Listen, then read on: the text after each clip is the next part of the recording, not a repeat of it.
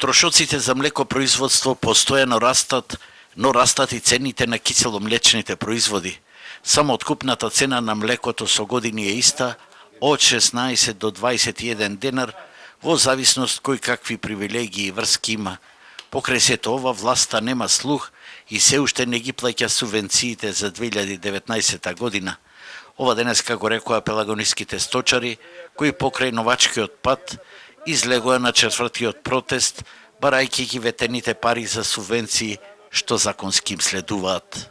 Денес сме тука собрани да му кажеме на министерот, да му кажеме на владата, да му кажеме на староновиот заменик министер дека ние како сточари немаме земено цела 2019 година, еве цела ќе заврши 2020, плюс не знаеме дали месеците од 2020 за време на короната кои тие велеа ќе ги пријават млекарите, не имаме информација дека не се пријавени тие.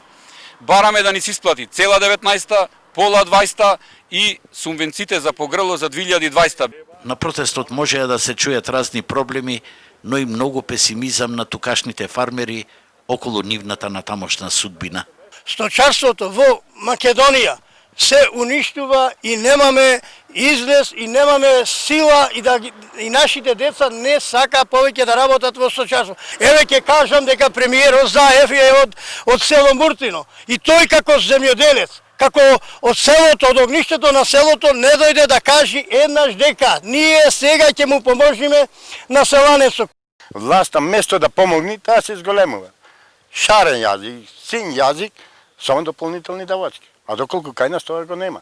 Струјата, ми се е поврзано со струја. Ако не е та струја, овие кравите ние како ќе ги одржаваме. Од молзење, од све. И за нас веќе не остана, народски речено, ни изметот. Поточно ни лепешката.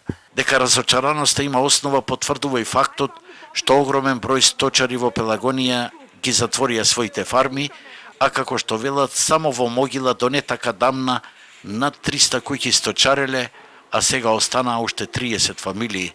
Тие денеска поставија ултиматум за исплата на субвенциите од 7 дена, а во спротивно рекоа дека ќе следат радикални мерки од сите сточари во државата. Од подрачната единица за земјоделие велат дека субвенциите за 2019 година ќе се исплатат по ребалансот на буџетот, додека субвенциите за оваа година ќе се исплаќаат во 2021 година.